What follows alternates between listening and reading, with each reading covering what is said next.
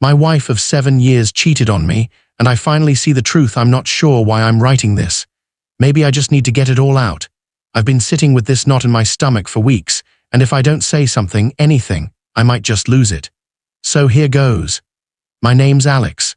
I'm 34, and until recently, I thought I had a solid marriage with my wife, Georgia, 33. We've been together almost 10 years, married for 7. We met in college. She was this funny, confident, radiant person who seemed to know what she wanted out of life. I fell hard and fast. We got married 2 years after graduation, and for the most part, things were good, or at least I thought they were. The signs were there, I can see that now. The late nights working, the sudden attachment to her phone, the vague answers to simple questions. But when you trust someone, you don't immediately jump to worst-case scenarios. You make excuses for them. You tell yourself, she's just tired, or she deserves a life outside of our marriage. I didn't want to believe she could do something like that. Georgia wasn't that kind of person. At least that's what I told myself until I saw it with my own eyes. It started about 4 months ago when she began acting distant. At first, it was small things, turning her phone face down, locking the screen faster than usual, leaving the room to take calls. I'd ask who it was, and she'd say just work stuff or Emma from the gym. Then she started dressing differently. Not drastically, just more effort than usual, new lingerie, shaving more often, subtle stuff. I complimented her, thinking maybe she was doing it for me. I couldn't have been more wrong. A few weeks after she started acting differently, I finally talked to my best friend Ryan about it. He's known Georgia almost as long as I have. "Dude, that's sketchy," he said after I told him about the phone stuff and the new wardrobe. "I'm not saying she's cheating, but you got to keep your eyes open." He wasn't the only one who noticed either. My younger sister came to visit one weekend. Georgia was unusually cold to her, spent most of the time out of the house, claiming errands or last-minute yoga classes.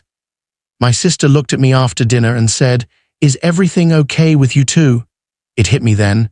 People could see something was off. I wasn't crazy. That's when I started doing what I never thought I'd do in a marriage. I started checking things. I felt like a piece of crap even thinking about snooping. But after you've asked someone directly and they lie to your face with a smile, you stop playing by the rules. One night she went to bed early, said she had a headache. I waited until she was asleep and checked her phone. It was locked. That was new. She used to say she didn't care if I used her phone, she had nothing to hide. Apparently, now she did. The next few days were a blur of me pretending everything was normal while quietly losing my mind. I couldn't sleep, couldn't eat. I kept trying to think of innocent explanations for all of it. Then came the moment that changed everything. One Saturday morning, Georgia said she was going to a work brunch. I offered to drive her, something I rarely did. She panicked. No, it's all the way across town. I'll just take an Uber. Don't worry about it." So I followed her. Yeah, I know how that sounds. I didn't want to be that guy. But I had to know. She wasn't going across town. She drove 15 minutes to a trendy cafe and met a man I had never seen before. They didn't kiss. They didn't do anything blatant. But you don't sit that close to a coworker. You don't brush their arm like that. You don't stare at each other like that. I took pictures. I don't know why. I guess I needed proof for myself more than anyone else. When she came home, I asked how the brunch went. She smiled and said, "Good, kinda boring." That lie cracked something inside me. After that lie, I started pulling at every thread I could find. I bought a cheap burner phone, created a new email account, basically turned myself into a low-rent PI. I watched videos on how to recover deleted texts, how to track devices, all that stuff.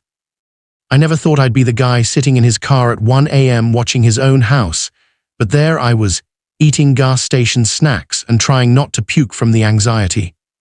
Turns out she had a second Instagram account, not super hidden but not linked to anything of ours either, just her and her girls and a guy who commented way too much for someone she never mentioned to me. His name, Chris. Of course it was, generic as hell and just sketchy enough. Every post he liked, little inside jokes in the comments, one in particular that made my blood run cold. It was a boomerang of her clinking glasses with someone off camera, captioned to secrets and second chances. Chris replied, "Best brunch date ever." There it was, right in my face, so I dug deeper. I managed to get into her iPad. She hardly used it anymore and it had the same Apple ID. Once I logged in, I saw everything: texts, photos, voice notes. Chris was not a coworker. He was someone she'd met at a conference months ago. They'd reconnected accidentally after he moved to our city. From what I read, it had been going on for about 3 months. They'd met at his place, at hotels, once apparently in our house while I was on a work trip. I can't even describe the feeling that came over me. Rage, heartbreak, humiliation, it all just collapsed on me at once. I felt sick. I walked outside and just paced in the driveway barefoot while she was inside taking a nap like everything was fine. And here's the worst part, I still loved her. Even in that moment, even reading all those texts where she called me distant and safe and comfortable, even knowing she let another man sleep in my bed, I still loved her. Or the version of her I thought I knew, but love wasn't enough. Not anymore. I didn't confront her that night. I couldn't. I sat on the couch watching her scroll through her phone like nothing was wrong, laughing at some dumb reality show, and I just felt empty. I needed a plan, not just to scream and cry and throw things, but to take back some control. To protect myself because clearly she wasn't going to, so I started documenting everything. Screenshots, voice memos, text backups. I even recorded a few of our conversations just in case she tried to flip the script later. I talked to a divorce lawyer, told them everything I'd gathered. They said I had enough to prove adultery, which wouldn't change a ton in terms of the law, but would matter if things got ugly, which I was starting to suspect they would. Georgia had no idea. She thought I was just in a weird mood. She even asked if I was cheating. The irony nearly choked me. About 2 weeks after I first saw her with Chris, I decided it was time. She came home from a late-night meeting smelling like a different cologne. Her hair was damp. She had that same fake-ass smile she always wore when she lied. "Hey babe," she said, setting her bag down. "Sorry I'm so late. You eat?" "No," I said. "I was waiting for you." "Oh," she blinked. "You didn't have to do that." We sat across from each other at the dinner table in silence for a bit. I watched her scroll through her phone between bites of takeout. I felt numb, like I was watching a stranger. "Who's Chris?" I asked. She froze, like a statue. Then too quickly she said, "What?" I said, "Who is Chris?" She tried to laugh it off. "I think I mentioned him, from the conference." "You did not, but you've certainly mentioned him to him," I said. Then I pulled out my phone and started reading messages aloud. Her face turned white, then red, then blank. "Alex," she said softly, "I can explain." "Don't," I snapped. "Don't insult me any more than you already have." Then I showed her the photo, her and Chris at brunch, the ones I took while sitting in my car like a damn private investigator. "Jesus Christ," she whispered, covering her mouth. I'd imagined that confrontation 100 times in my head, thought I'd feel triumphant, righteous, powerful, but I just felt tired. She cried, a lot, tried to reach for me and I backed away like she'd burned me. Then she said it. "It didn't mean anything." I laughed, actually laughed. "You risked our marriage for nothing? That's supposed to make me feel better?" She didn't know what to say, just sat there crying and stammering. Said she was confused, lonely, felt like we'd grown apart, the usual script, and I listened. I let her get it all out. Then I quietly told her I'd talked to a lawyer. That's when the begging started. She went into full panic mode when I told her about the lawyer. "No, Alex, please, please don't throw us away like this. We can fix it. I'll do therapy. I'll cut him off. I swear I'll do anything." It was almost surreal. Like watching someone flip a switch and go from cold and distant to desperate and sobbing in seconds. She kept repeating, it was a mistake, like if she said it enough, it would erase everything.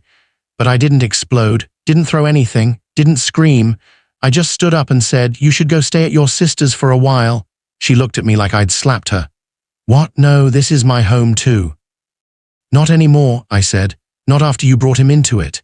She tried a few more times, said we had too much history, that we owed it to each other to fight for the marriage, and I just kept shaking my head. I told her, "You already made the choice not to fight. You've been choosing him, over and over." That was the last thing I said before walking out of the house. I went to Ryan's that night and stayed on his couch. He handed me a beer without saying a word, and we just sat there in silence. I think I cried for the first time that night, not because I missed her, but because the person I thought I married didn't exist anymore. The next few weeks were rough, not gonna lie. She called, texted, emailed, left handwritten notes on my windshield, All of them some variation of "I'm sorry, I'll change, please come home."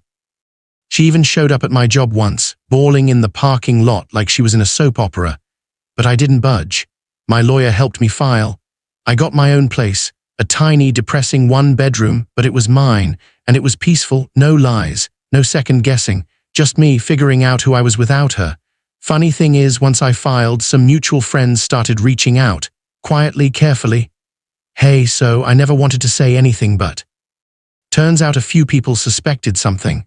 One of her friends even caught them together and told Georgia she was being a piece of garbage, but Georgia told her to mind her own business.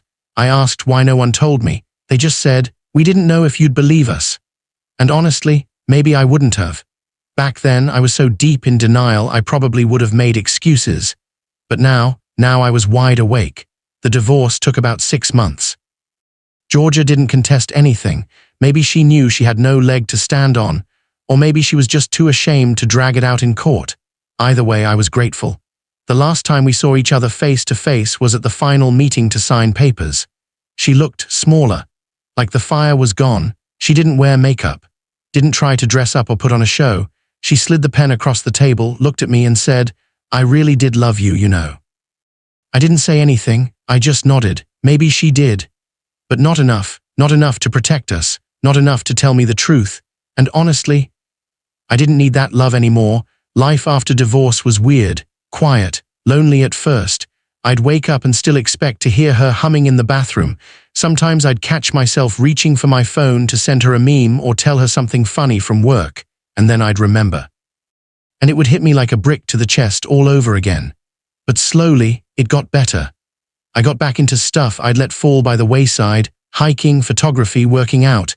I reconnected with people I'd drifted from during the marriage. Spent a lot of time with Ryan and his wife, who basically adopted me for a while. I started therapy too. That part was crucial, not just to talk about Georgia, but to figure out why I ignored the signs. Why I let myself be sidelined in my own marriage. One day, a few months post-divorce, I ran into Georgia at the grocery store. She looked shocked to see me. We made awkward small talk. "How are you? How's work? Blah blah." She told me she and Chris didn't work out. Apparently, he'd had a lot of growing up to do, which is a nice way of saying he dipped when things got real. I didn't smile. I didn't gloat, I just said, "I hope you figure out what you want." She blinked. And for a moment, I think she wanted to cry, but I didn't wait to find out. I said goodbye and walked out with my groceries. That was the last time I saw her. Now, a year later, I'm in a much better place. Got a new job, new apartment, even adopted a dog. Her name's Molly, and she's 100 times more loyal than Georgia ever was. I'm not dating seriously yet, but I'm open to it. And I'm not bitter, not really. Hurt, sure, but wiser. If you're reading this and you're in a situation where your gut is screaming that something's wrong, listen to it. Don't let someone gaslight you into silence. You deserve honesty. You deserve effort. You deserve to feel like your partner is choosing you every day. Georgia didn't, and I'm finally okay with that.